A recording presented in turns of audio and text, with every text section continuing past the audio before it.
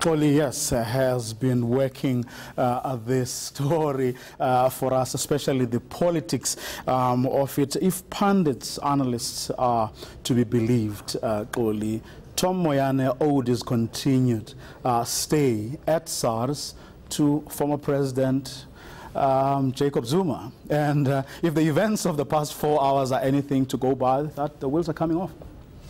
It would appear so, Vuyo, and I think having started last week with the departure of Jonas Makwakwa, who the people like who Kathy was speaking to just a moment ago, David Lewis from Corruption Watch, they're very clear that Tom Moyane did everything possible to protect Jonas Makwakwa, went as far as, according to Corruption Watch, went as far as to give Jonas Makwakwa with the lady concerned that he was accused with of giving them that Financial Intelligence Center report.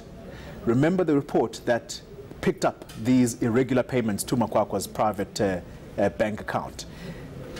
It's alleged by Corruption Watch that Tom Moyane then takes this report and gives it to Mr. Makwakwa and says, sort out your house quickly before anything happens. And so according to Corruption Watch, that particular action on its own is enough to essentially take Tom Moyane and take him straight to jail. In fact, their words are that his actions are basically short of treasonous.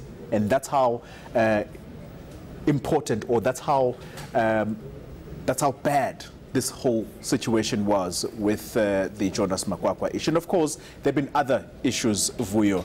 The VAT issue in relation to the Guptas. Again, people very clear that this was in aid of the Guptas. This was to try and assist and aid and abet this whole issue of state capture. And so Tom Moyane has unfortunately not covered himself in glory. However, it is going to be interesting how he gets out of this one, or perhaps if indeed it does come to it that either an inquiry is set up as asked by the Standing Committee on Finance in Parliament, or that if that is not instituted, then he is calling for an independent and objective hearing where he, Tom Moyane, is going to put across his story, because he is saying that he believes the president is acting based on innuendos by reports from the media. He's acting on information from people that obviously would be biased against him. And he goes as far as to say, well, Mr. President, if media is to be believed, you've already actually appointed your new commissioner of SARS. And that person is none other than Mcebisi Jonas, the former deputy finance minister. So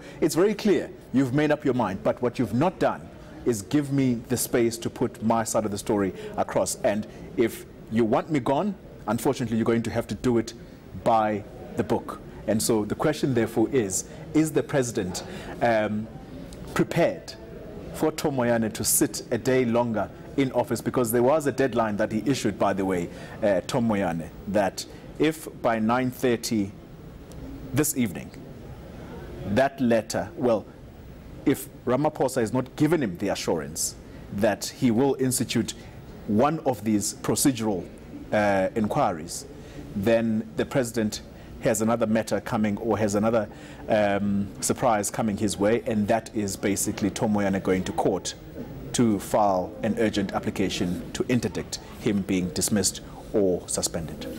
Politically, though, politically, there is no way President Cyril Ramaphosa would have left Tom Moyane alone, given his commitment to cleaning up, given the things that have been said and written about SARS and what has happened, some of which are contained, for example, in the book, The President's Keepers, and other Gupta leaks. Indeed. Vuyo, we have to remember that the South African Revenue Service is a critical institution of the country. In fact, I think the president makes it clear in his statement that was released, which essentially announced the suspension of Tom Moyane, that SARS is basically it's almost the lifeblood of the country, because it is through the revenue collection that then government is able to carry out its